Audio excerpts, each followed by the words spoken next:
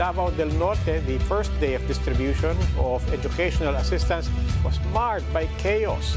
Jem Avancenia with the story. Parents and students were camped outside the DSWD Davao del Norte office as early as 8 p.m. on Friday. This is so they can avail of the government's educational assistance the next day. The DSWD is distributing 500 million pesos in cash assistance to help indigent students in time for the reopening of classes. But by Saturday morning, there are no more lines, only thick routes of hopeful beneficiaries. Macario Bermudez Street had to be closed off to accommodate the people. Some parents and students even passed out due to so much heat and the volume of people. Nagkagubot sila ma'am tungod sa pila. Sa akong nabantayan, pila jud. Kay gabi pa lang, crowded na. Nagpila sila. So, wala may nag-assist sila. Sila raman.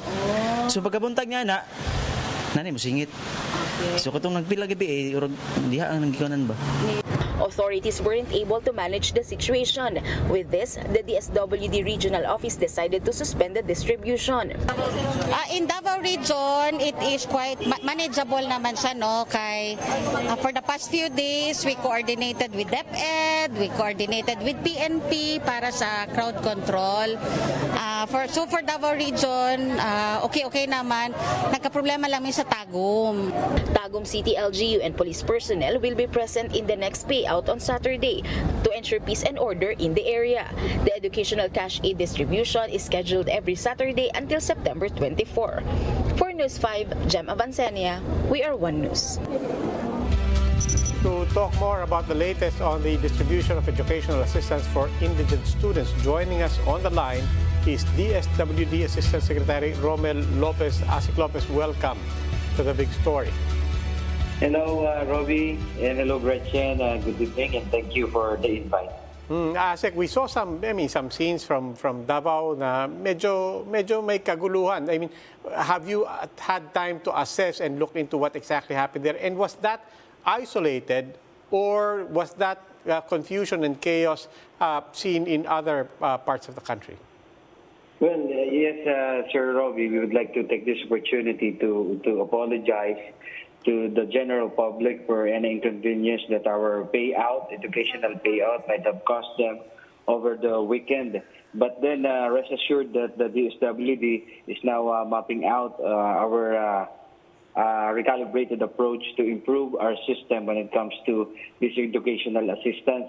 Yes, Sir Robbie, we are really mindful of our bad judgment call over last Saturday's payout, but we are now in talk with the Department of Interior and Local Government so that we can arrive into improved guidelines so that we can assist the public better come next Saturday with the continuation of our educational assistance payout.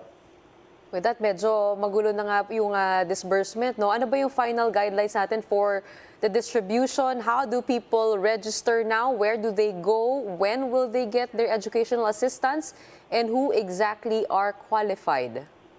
Yes, right now, not to preempt the joint memorandum of agreement with the DILG, we're looking at the possibility of really downloading it to the LGU. But at this point, it is not yet clear who will identify and who will distribute. Will it be the DILG who will identify and then the DSWD will distribute, or vice versa? We're just fine-tuning all of these guidelines and procedure for the next payout. But one thing is for sure, we will be discouraging any walk-ins that come next Saturday, Gretchen. Asec, you had a couple of things there, yung clarification lang sa protocols, whose responsibility and so on. Yun na po ba ang punot dulo ng kaguluhan at ng aayusin, or were there any other things? Well, we admittedly, we are really, we admit that we have some bad judgments called last Saturday. Of course, one of that is the messaging. For example, the purpose beneficiaries were initially allowed to avail this educational assistance, but come Saturday on the day of the payout, we recant on our statement, and we told them that they are not qualified. That's one, miscommunication. And another one, just to be honest, we're very ready for the payout. All of our field offices, we have expanded our offices. We have allotted different payout areas to accommodate all of our beneficiaries. But of course, admittedly, we were overwhelmed by the sheer number of those beneficiaries who came out to avail this educational assistance. One thing that we admittedly are not really ready during that time last Saturday. Okay, Asec Romel Lopez, maraming salamat po.